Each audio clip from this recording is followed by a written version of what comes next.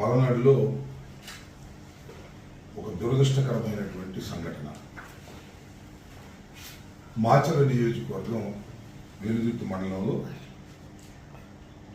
గుండ్లపాడుకు చెందినటువంటి ఇద్దరు తెలుగుదేశం కార్యకర్తలు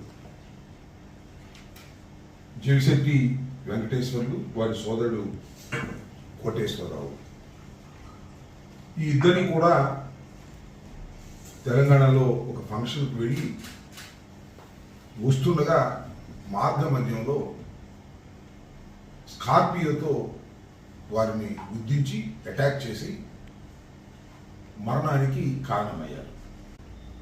ఇద్దరు చనిపోయారు, జవిశెట్టి వెంకటేశ్వర్లు, అదేవిధంగా కోటేశ్వరరావు. చంపిన వాళ్ళు కూడా తెలుగుదేశం పార్టీ వారే, చచ్చిన వారు తెలుగుదేశం పార్టీ వారే, చంపిన వారు తెలుగుదేశం పార్టీ వారే. ఆ గ్రామంలో ఉన్న కక్ష కారణంగా వారు చనిపోయారు. దీని మీద ఇన్వెస్టిగేషన్ చేస్తున్నామని చెప్పారు. That is the first reaction from the police.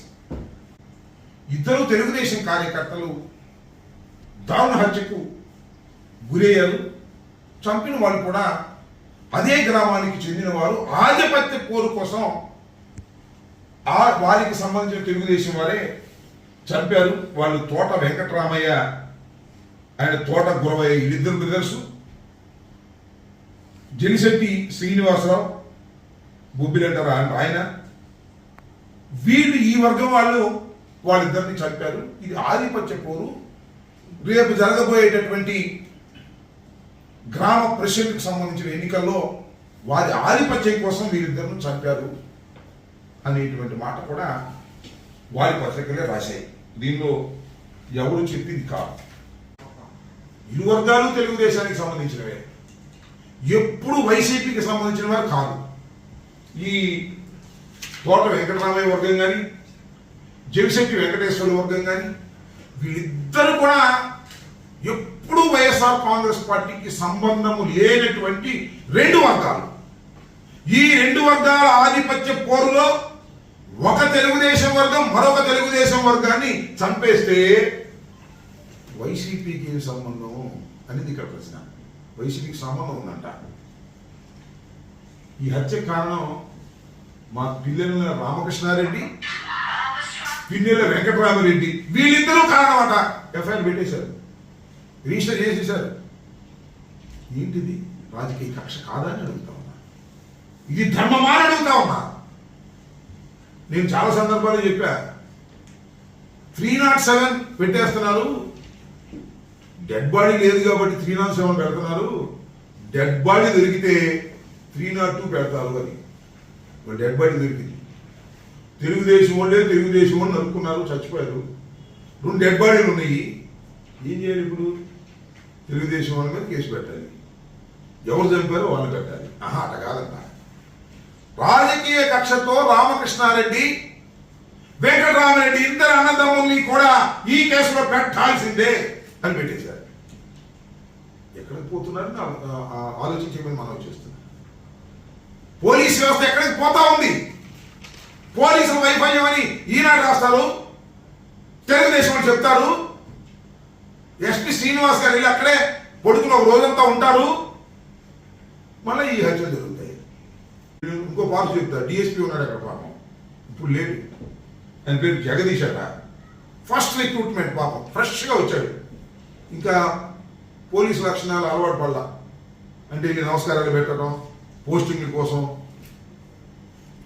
వాళ్ళ చుట్టూ వెళ్ళడం తిరగడం అలవాటు. ఫస్ట్ పోస్టింగ్ వచ్చాడు. చంద్రబాబు నాయుడు గారు, హోంమంత్రి గారు, లోకేష్ గారు ఎవరి మీద ఒక తప్పుడు కేసు పెట్టమన్నారు. నేను పెట్టాను. సరే మెయిన్ పెట్టవా, తీసాయి అన్నారు. ట్రాన్స్ఫర్ వెళ్ళిపోయి 2 నెలలు అయింది. ఇంకా పోస్టింగ్ లేదు అక్కడ. ఖాళీ ఎంటీ ఖాళీగా ఉంది డిఎస్పీ పోస్టు. ఎవరున్నారు పక్కన? సత్యనపల్లిలో ఉన్నాడు ఒక ఆయన. ఏం చెప్తే చేస్తాడు. ఇవాళ రామకృష్ణారెడ్డి కేసులు పెట్టుకుంటే పెడతాడు, లేకపోతే నన్ను పెట్టమంటే పెడతాడు. అది ఈ సాక్ష్యాన్ని ఉంటే ఆయన పెట్టమంటే పెడతాడు, ఎవరు పెట్టమని ఆయన పెడతాడు. ఆయనకి ఇన్ఛార్జ్ ఇచ్చారు. ఏమిటండి ఎక్కడికి పోతున్నారు కూడా నేను అడుగుతా ఉన్నా. పోలీస్ వ్యవస్థ దుర్మార్గం కాకపోతే ఏంటిది? ఇంత దుర్మార్గమైనటువంటి పరిపాలన పోలీసుల్ని పట్టుకొని చేస్తున్నారు. ఈ గ్రామంలో ఫ్యాక్షన్ ఆపగలిగావా? ఈ గ్రామంలో 2 దారుణ హత్యలు ఆపగలిగావా? ఆగలేదు. నీ గొడవ నీదే ఏ కాళ్ళకి. నేను ఇంకొక విషయాన్ని కూడా చెప్తా. అక్కడ మటలు జరిగింది కదా, ఆ రోడ్డు మీద వెళ్తా ఉంటే పాపం వాళ్ళు స్కూటర్ల మీద వస్తుంటే దాన్ని ఢీ కొట్టారు, ఏషాలు పడారంట పాపం ఇద్దరు తెలుగుదేశం కార్యకర్తలు. గుద్ది జీపేవది తెలుగుదేశం వాళ్ళది.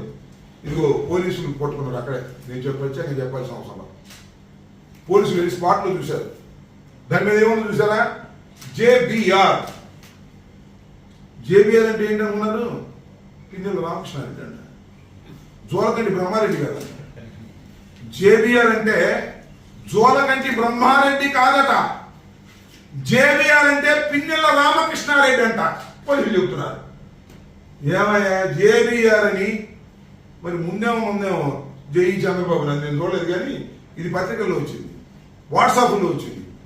జేబీఆర్ జోలకంటి బ్రహ్మారెడ్డి అని తన అనుచరులు ఇది వేసుకెళ్ళి బుద్ధి ఇద్దరిని చంపి దీన్ని వదిలి పారిపోయిస్తే పిన్నెల రామకృష్ణారెడ్డిని వాళ్ళ సోదరుని పెడతారండి. ఏంటండి ఇది నాకు అర్థం కాదు.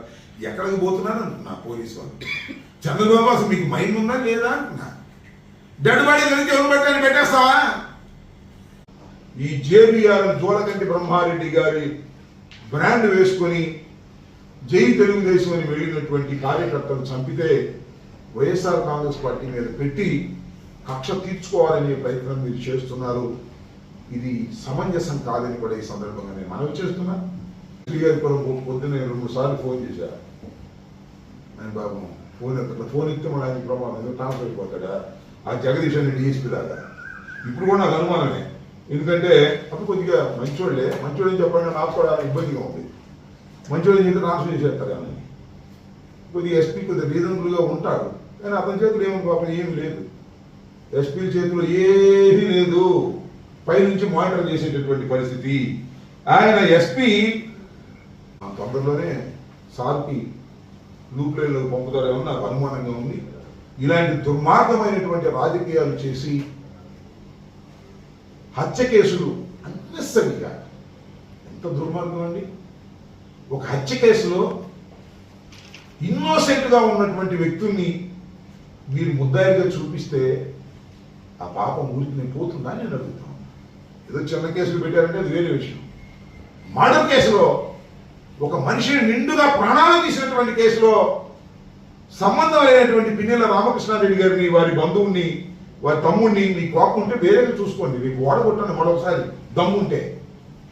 ఈ రకంగా మీరు మర్డర్ కేసులో డెడ్ బాడీ దొరకంగానే ఆ ముద్దాయితో పాటు వీరిని కూడా పెట్టేటటువంటి కార్యక్రమం మీరు చేస్తున్నారంటే ఇది చాలా దుర్మార్గం. ప్రజాస్వామ్యంలో ఇది సరైనటువంటి విధానం కాదు. అసలు లా అండ్ ఆర్డర్ ఉందా లేదా? ఇక పోలీసులు న్యాయం చేస్తారా చెయ్యరా? ఇక న్యాయస్థానాలకు వెళ్ళి న్యాయం చెందవలసిందేనా? పోలీసులు కేసులు రిజిస్టర్ చెయ్యరా? వైఎస్ఆర్ కాంగ్రెస్ పార్టీ వారికి ఏదైనా జరిగితే తీసుకెళ్లి కేసు ఇస్తే దాన్ని రిజిస్టర్ చేసే ప్రశ్నే లేదు. పోలీసులు తెలుగుదేశానికి జేబు సంస్థగా తయారవుతుంది. దీనివల్ల అరాచకం వస్తుంది, తిరుగుబాటు వస్తుంది. ప్రజలు పోలీసులు మనం రక్షించలే, మనమే రక్షించుకోవాలనేటువంటి భావన వచ్చినప్పుడు ఫ్యాక్షన్స్ పెరుగుతాయి, తగాదాలు పెరుగుతాయి, హత్యలు పెరుగుతాయి, రైటింగ్స్ పెరుగుతాయి, అటెంప్ట్ మంటలు పెరుగుతాయి.